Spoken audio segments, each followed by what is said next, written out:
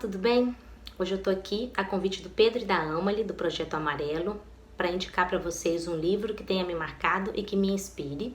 Foi bem difícil escolher um livro só, mas eu resolvi indicar o último livro que eu li, que é o livro Minha História, da Michelle Obama.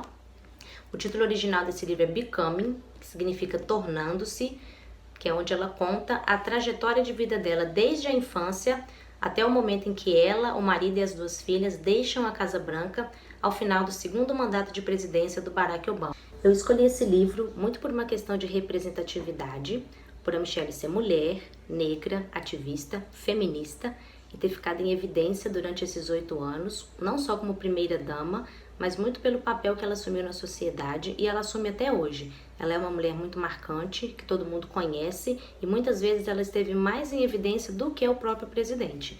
Em alguns momentos ela estava nas capas das revistas, dos jornais, atuando em projetos e o próprio presidente não. Então ela não é uma mulher que viveu aí à sombra do marido. Ela parecia mais do que ele em alguns momentos. Linkando um pouco a história dela com a educação, para trazer mais para o âmbito do Projeto Amarelo, eu posso dizer que a Michelle sempre foi uma pessoa muito influenciada pela família a buscar uma boa formação acadêmica. Ela nunca deixou a educação de lado, mesmo nos momentos em que ela era desestimulada por professores ou até mesmo pelas pessoas que a cercavam.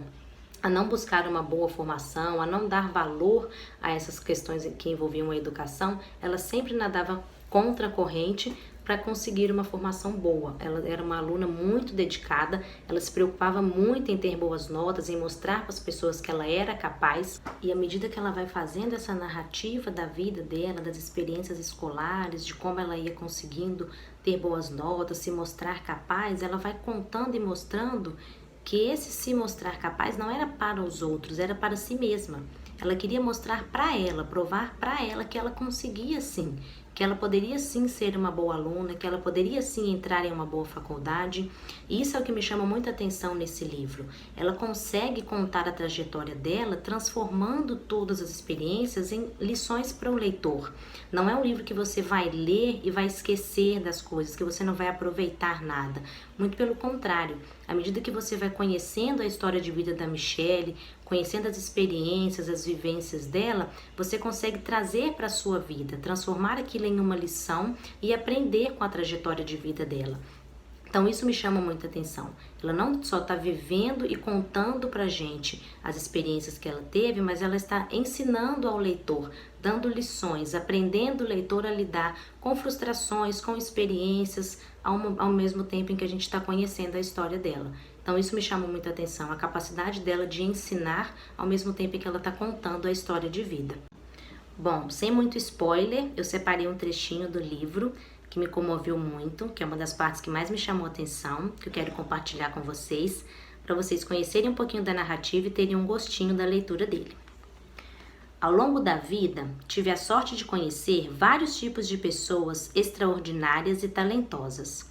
Líderes mundiais, inventores, músicos, astronautas, atletas, professores, empreendedores, artistas e escritores, médicos e pesquisadores pioneiros. Alguns, mas não o suficiente, são mulheres. Alguns, mas não o suficiente, são negros.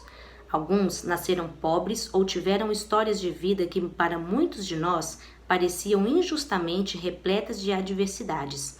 E ainda assim, essas pessoas agem como se tivessem todas as vantagens do mundo. Aprendi o seguinte: todos tiveram quem duvidasse deles. Alguns continuam com uma coleção estrondosa e gigantesca de críticos e céticos que dizem: eu bem que avisei. A cada erro ou passo em falso.